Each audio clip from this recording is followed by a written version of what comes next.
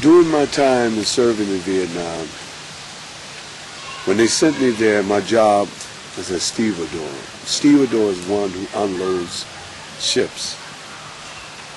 And the ships that we unloaded were the bombs, the napalm, the 550-pound bombs, the 750-pound bombs, bombs that brought destruction and terror.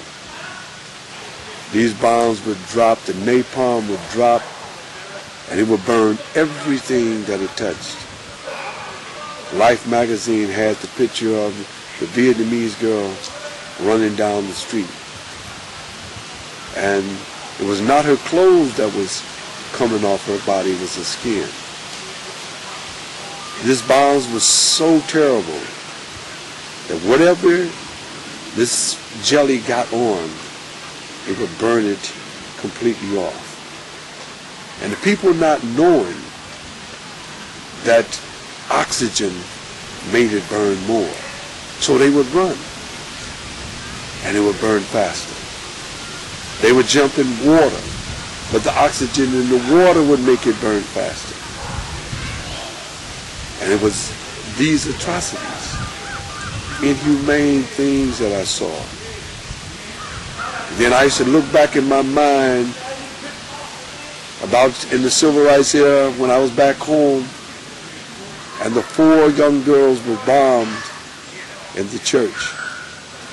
I remember that very clearly. And I thought about it on that time, and I'm sitting here in Vietnam.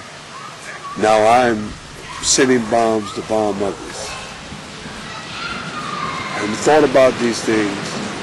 And I would ask the Creator to not let me be one of those who actually have to pull the trigger to kill someone. I realized it was not our place being there. It would be being duped. That the majority of the Vietnamese did not want us there. And they were asking us, what are you doing here? Why did you come here? Why are you over here? We've done nothing to you. And coming back home, before coming back home, I'm from Detroit, and the riots went on during the time that I was in Vietnam. And I'm sitting watching on TV and watching the streets that I lived on, the street that I lived on being burnt, the dogs being sicked on the people, the water hoses, the fires erupting. And I thought to myself, this is what I'm fighting for? This is what I'm fighting for? And I come back, and they stationed me at Fort Campbell, Kentucky in 1968. And I was there at the time when Martin Luther King was assassinated. And that night that he was assassinated, the whole post, which they never told, they did not tell this to the news people. There were riots that were going on the post in Fort Campbell. Cars were being turned over and burned. But these things were not reported. And they told us that if the riot does not stop down in Memphis, they were going to send us to put the people in check. All of those who had been to Vietnam, they had them on alert to go down to Memphis. And I thought about this. Here we go again. You come from one war to another. And it's progressed. And then after taking Shahada and becoming Muslim, we looked at all of the things we had to go up against back in the early 70s. Just to be able to wear a turban. To put a turban on your head. To put a kufi on. The Jews could wear their yarmulke.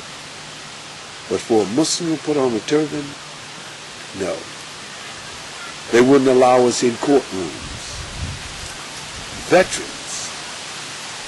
We are veterans with medals.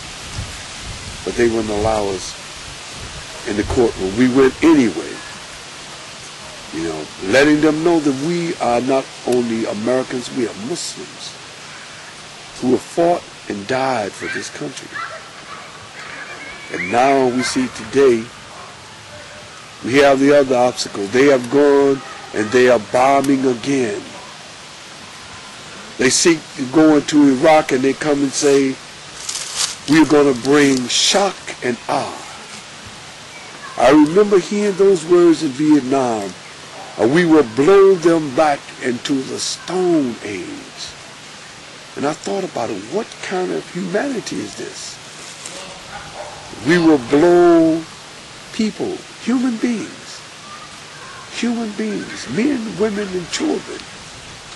We will blow them back into the Stone Age. And what was their crime? What was their crime? And the same cry is now going back again. Blow them back into the Stone Age. And anyone with humanity, when they hear this, they cannot stand for it. Be they Muslim, Christian, Jew, anyone who has any belief in the Creator, to hear these things, to be perpetrated on innocent people. And now they have come with the Islamophobia, where everything that is attached to Islam, they say Islam, and at the end of it, terrorists, Islamic terrorists. There is no such thing as an Islamic terrorist. It can't be. It's an oxymoron. They do not come together. Allah subhanahu wa ta'ala tells us that you cannot promote terror.